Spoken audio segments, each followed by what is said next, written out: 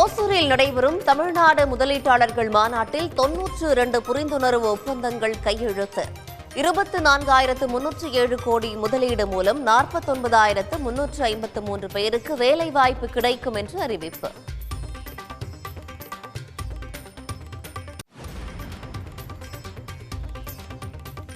ஓசூரில் பன்னாட்டு விமான நிலையம் அமைக்க நிலம் கையகப்படுத்துதல் பணிகள் நடைபெற்று வருவதாக முதலமைச்சர் பேச்சு.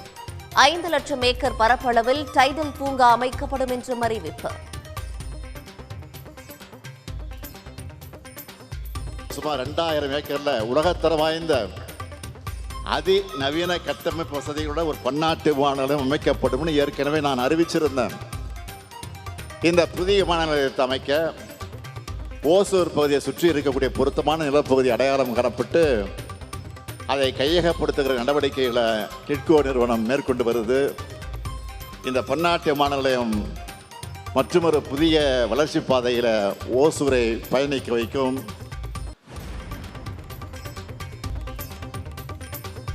பாமகவில் இருந்து அன்புமணியை நீக்கி ராமதாஸ் அதிரடி. அன்புமணி அரசியல்வாதியாக இருக்கவே தகுதியற்றவர் என்றும் காட்டமான விமர்சனம். பாட்டாளி மக்கள் கட்சியின்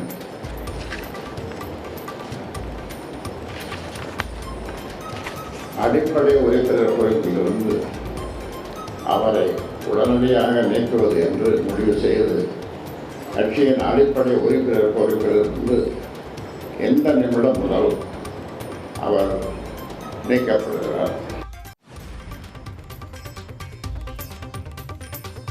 தன்னுடைய பெயரை பயன்படுத்த அன்புமணிக்கு தடை விதித்தார் ராமதாஸ்.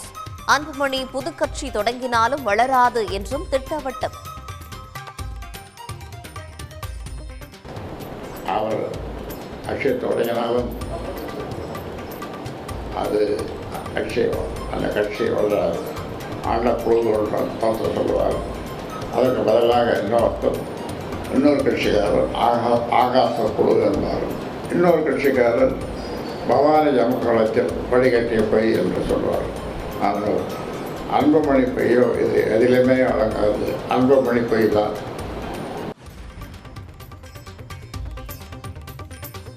அன்புமணி நீக்கத்தால் பாமகவுக்கு பின்னடைவு இல்லை என்றும் கழகை மட்டுமே நீக்கியுள்ளதாகவும் ராமதாஸ் விளக்கம்.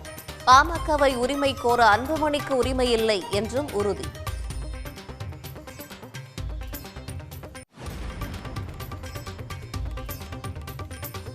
அன்புமணியை நீக்கி ராமதாஸ் வெளியிட்ட அறிவிப்பு செல்லாது என்று வழக்கறிஞர் பாலு திட்டவட்டம். கட்சி நிர்வாக பணிகளை மேற்கொள்ளும் அதிகாரம் பொதுக்குழுவால் தேர்வு செய்யப்பட்ட தலைவருக்கே உள்ளது என்றும் உறுதி. மருத்துவர் ஐயா அவர்கள் வெளியிட்டிருக்கக்கூடிய அறிவிப்பு என்பது கட்சி விதிகளுக்கு எதிரானது. பாட்டாளி மக்கள் கட்சியை எந்த விதத்திலும் ஐயா அவர்களுடைய அறிவிப்பு என்பது கட்டுப்படுத்தாது. இமானுவேல் சேகரனின் மணிமண்டபம் மற்றும் சிலை 2 மாதங்களில் திறக்கப்படும்.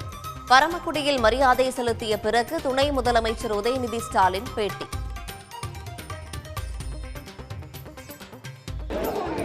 அந்த நினைவு மண்டபம் கிட்டத்தட்ட 95% பணி நடைபெற்று பரமக்குடி நகராட்சிக்கு சொந்தமான இடத்துல நினைவு மண்டபம் கட்டப்பட்டிருக்கிறது. உள்ளே சிலை வைக்கின்ற இறுதிப் பணிகள், அவருடைய திருவுருவ சிலை வைக்கின்ற இறுதிப் பணிகள் நடைபெற்றுள்ளது. இன்னும் 2 மாதங்களில் அந்த மணிமண்டபமும் சிலையும் திறக்கப்படும் என்ற செய்தியை இங்கே நான் கூறிக்கொள்ள விரும்புகின்றேன். இமானுவேல் சேகரன் நினைவிடத்தில் அதிமுகவினர் வாக்குவாதம். ஒலிபெருக்கையில் முறையாக வரவேற்பு அறிவிக்கப்படவில்லை என்று குற்றச்சாட்டு.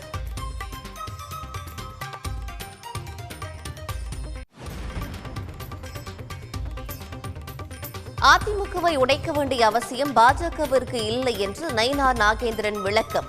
2026க்கு பிறகு யார் ஐசியூவிற்கு செல்வார்கள் என்று தெரியும் என்றும் பேட்டி.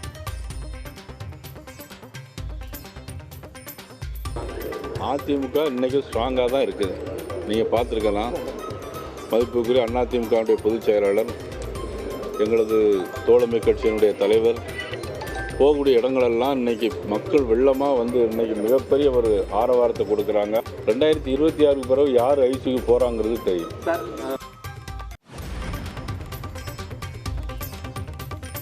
பொதுச் செயலாளராக பழனிசாமி உள்ளவரை அதிமுக ஆட்சிக்கு வராது. தமிழ்நாட்டில் எந்த கட்சி தேவை என்பதை பாஜக உணர வேண்டும் என டிடிவி தினகரன் பேட்டி.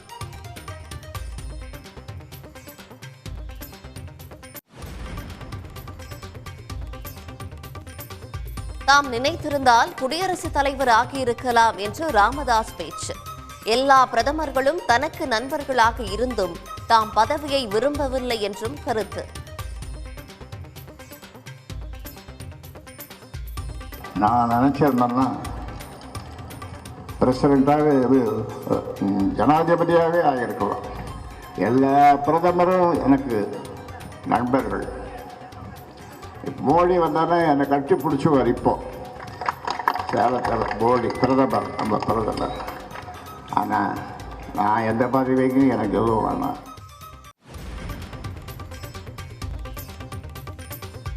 கனிம அகழ்வு திட்டங்களுக்கு மக்கள் கருத்து அவசியமில்லை என்ற ஒன்றிய அரசின் அறிவிப்புக்கு வலுக்கும் எதிர்ப்பு. மாநில அரசு உரிமைகளை பலி கொடுப்பதை ஏற்க முடியாது என சு வெங்கடேசன் திட்டவட்டம்.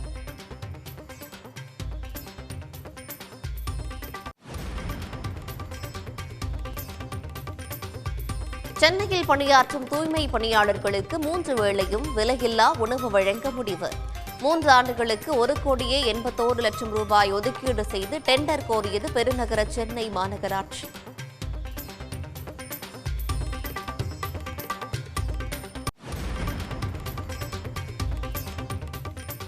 கிருஷ்ணகிரி கேஆர்பி அணைக்கு நீர்வரத்து வினாடிக்கு 2195 கனஅடியாக உயர்வு. அணைக்கு வரும் நீர் அப்படியே ஆற்றில் திறந்து விடப்படுவதால் கரையோர மக்களுக்கு வெள்ள அபாய எச்சரிக்கை.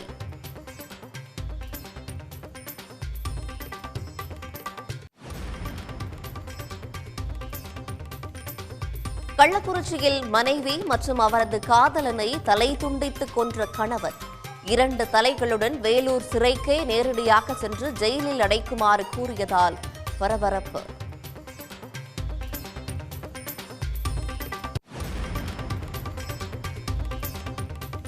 நீலகிரி மாவட்டம் கூடலூர் மற்றும் பந்தலூரில் ஒருநாள் கடையடைப்பு போராட்டம். ஊருக்குள் வரும் காட்டு யானைகளை கட்டுப்படுத்தவும் சாலையை சீரமைக்கவும் கோரிக்கை.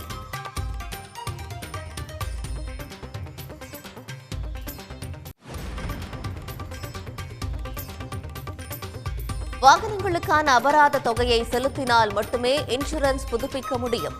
நிலுவைத் தொகையை வசூல் செய்யும் வகையில் புதிய நடைமுறையை கொண்டுவர சென்னை மாநகர காவல்துறை ஆலோசனை.